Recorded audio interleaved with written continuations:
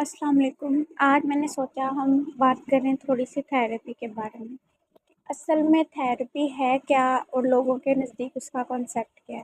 ہم اکثر موویز میں ڈراموز میں دیکھتے ہیں کہ کلائنٹ جاتا ہے اپنے تھیراپسٹ کے پاس، وہاں وہ اس کو چائلڈہڈ ٹراماز کے بارے میں پوچھتا ہے، وہ اس سے باتیں کرتا ہے، وہ زار و قطار ہوتا ہے اور اسی طرح سیشن چلتے ہیں اور اسی کو وہ تھیراپی کے طور پر دکھاتے ہیں، جبکہ اصل میں تھیراپی اس کے برعکس ہے۔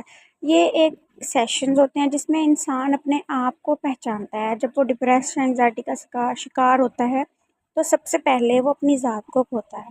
تو تھیراپی حاصل کرنے کا مقصد یہ ہے کہ اپنے آپ کو پہچاننا، اپنے اندر موجود احساسات کو ظاہر کرنا، اپنی پرسنالٹی کو ابھارنا۔ اصل میں اس کی شخصیت کیا ہے اس کو معلوم ہونا چاہیے۔ وہ تھیراپی کے تھرو کرتا ہے۔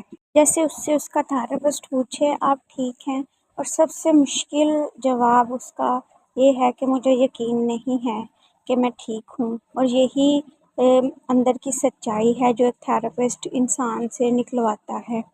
اسی طرح ہم اپنے لیے وقت نکالیں، اپنے لیے ایسی چیزیں کریں جو ہمیں خوشی دیں، ہمیں ذہنی سکون دیں، اطمینان دیں، وہ بھی ایک قسم کی تھیراپی ہی ہے۔ یہ سمجھ لیں کہ تھیراپی آپ کو ٹھیک کرنے کے لیے نہیں ہوتی، بلکہ خود کو سمجھنے اور بہتر بنانے کے لیے ہوتی ہے۔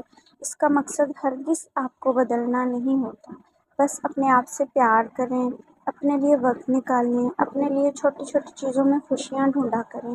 اگر ویڈیو پسند آئے تو لائک اور شیئر ضرور کیجیے گا اور چینل کو سبسکرائب کیجیے گا۔